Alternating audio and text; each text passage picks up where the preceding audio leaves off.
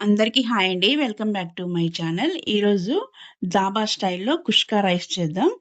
జనరల్‌గా హోమ్‌మేడ్ కుష్కా రైస్‌కి, dhaba స్టైల్‌కి different taste ఉంటుంది.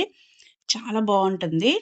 ఏంటంటే, మనం ముందే స్పైసెస్ గానీ, అల్లం పేస్ట్ ఇవన్నీ రెడీ చేసేసుకుంటాం. కానీ ధాబా స్టైల్‌లో ఏంటంటే, వాళ్ళు అప్పటికప్పుడు రెడీ చేస్తారు. చాలా సింపుల్‌గా చేస్తారు. కానీ టేస్ట్ మాత్రం చాలా చాలా బావుంటుంది. ఎలా చేస్తారో చూసేద్దాం. ముందుగా 3 కప్స్ రైస్, బాస్మతి రైస్ తీసుకొని, వాటిని నీట్‌గా వాష్ చేసేయాలి. అప్రాక్సిమేట్‌లీ ఒక హాఫ్ కేజీ సరిపోతుంది ఈ కొలతలకి. నెక్స్ట్ వీటిని వాటర్‌తో నానబెట్టేసేయాలి. నెక్స్ట్ ఒక కుక్కర్ తీసుకొని, అందులోకి 4 లేపోతే ఒక 5 ఎగ్స్ వేయాలి. ఇవి నిండినట్టుగా వాటర్ పోసేసి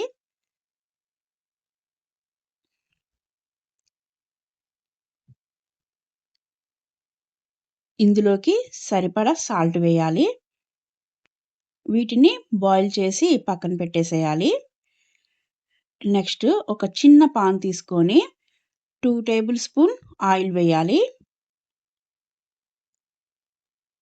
ఇందులోకి స్పైసెస్ వచ్చేసి దాల్చిన చెక్క చిన్న ముక్క, ఇది మేస్ అండి కొంచెం. నెక్స్ట్ 3 లవంగాలు చాలండి ఇంతే. ఈ మేస్ మాత్రం తప్పకుండా వేయాలి. నెక్స్ట్ ఇందులోకి 2 లేదా 3 పచ్చిమిర్చి వేయాలి.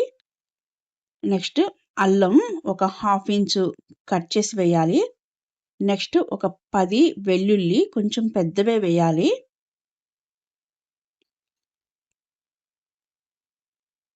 ఇవన్నీ వీళ్ళు వేయించి చేస్తారు. అందుకనే ఆ స్టైలొస్తుంది మనకి టేస్ట్ కూడా.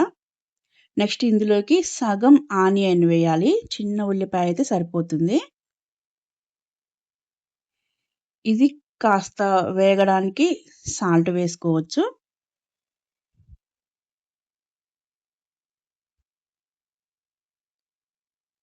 నెక్స్ట్ ఇవి కాస్త జస్ట్ ట్రాన్స్‌పరెంట్‌కి రాగానే టమాటా వేయాలి. చిన్న టమాటా సరిపోతుంది.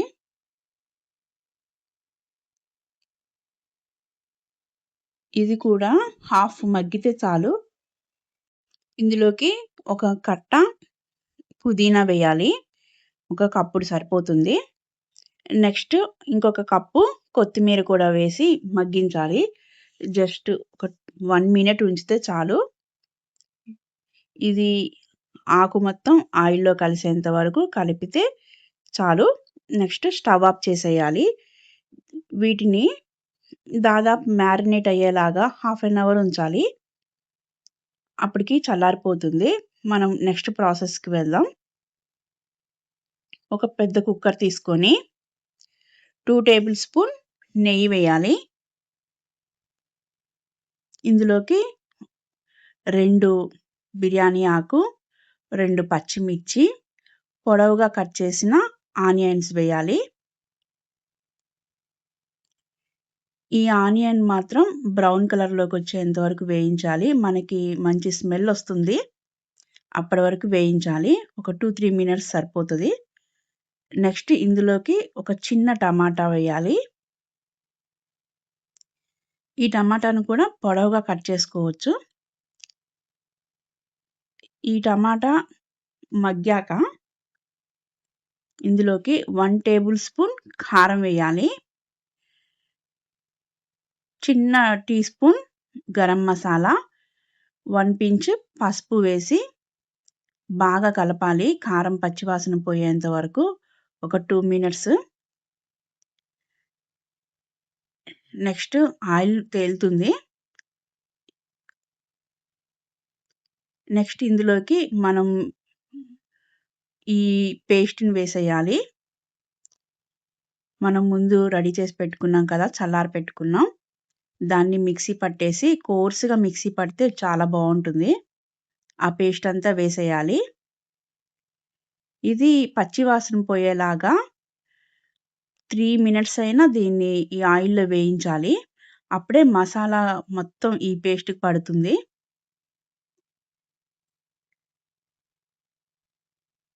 నెక్స్ట్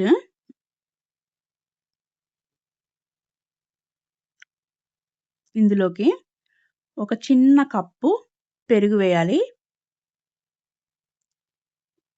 ఈ పెరుగు బాగా కలపాలి. 1 మినిట్ కలిపితే చాలు. మొత్తం అదంతా మిక్స్ అయ్యేలాగా కలపాలి అంతే.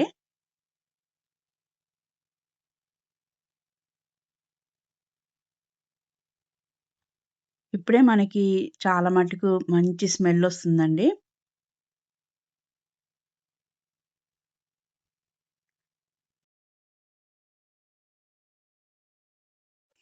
ఇప్పుడు ఇందులోకి వాటర్ వేయాలి. 3 కప్స్ రైస్‌ని మనం ఆల్రెడీ సోక్ చేసాం కదా! సో, 4 కప్స్ వాటర్ సరిపోతుంది. అంటే కప్పుకి కప్పున్నర వాటర్ కరెక్ట్‌గా సరిపోతుంది. అంతకన్నా కొంచెం తగ్గించినా పర్లేదు.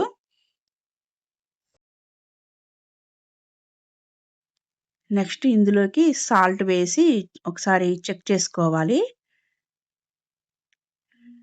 ఇవి బాగా మరగాలండి. ఈ రైస్‌లో వాటర్ అన్నీ వంపేసి ఈ రైస్ వేయాలి.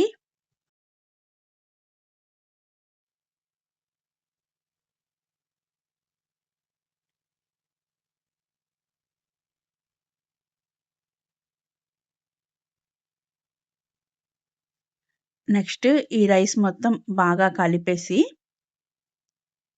ఇందులోకి మనం బాయిల్ చేసుకున్న ఎగ్స్ కొంచెం లైట్‌గా కట్ చేసి వేయాలి. ఇవన్నీ వేశాక ఒకసారి బాగా కలిపేసి రైసు విరగకుండా కలపాలండి. కలిపేసి లిడ్ పెట్టేయాలి. ఇది మాత్రం బాయిల్ చేయడానికి హైలో పెట్టొద్దు.